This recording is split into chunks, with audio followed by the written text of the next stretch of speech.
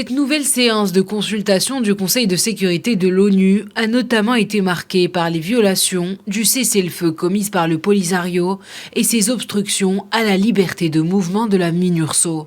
Des exactions entravant la capacité de la mission onusienne à mettre en œuvre son mandat de supervision du cessez-le-feu. Les membres du Conseil de sécurité ont encore une fois réitéré de manière unanime leur soutien au processus exclusivement onusien visant à parvenir à une solution politique réaliste, pragmatique et durable basée sur les résolutions du Conseil de sécurité depuis 2007. Et dans ce cadre, ils ont renouvelé leur appui à l'initiative marocaine d'autonomie en tant que base sérieuse et crédible à même de mettre fin à ce différend. Autre point vital souligné lors de cette réunion, l'urgence de nominer un nouvel envoyé personnel. L'Algérie et le Polisario ont récemment rejeté 2 propositions du secrétaire général de l'ONU.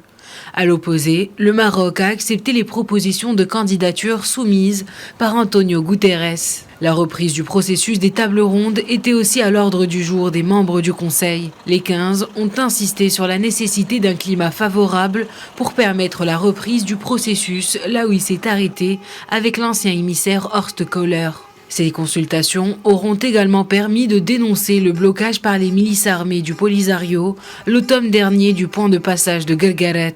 En revanche, l'action pacifique des forces armées royales, qui a permis de rétablir une fois pour toutes la libre circulation, a été accueillie favorablement. Elles ont enfin été l'occasion pour les membres du Conseil de sécurité de saluer la coopération du Maroc avec la MINURSO, le royaume qui s'est par ailleurs assuré de la vaccination de tous les membres de cette mission dans le cadre de la campagne nationale anti-Covid.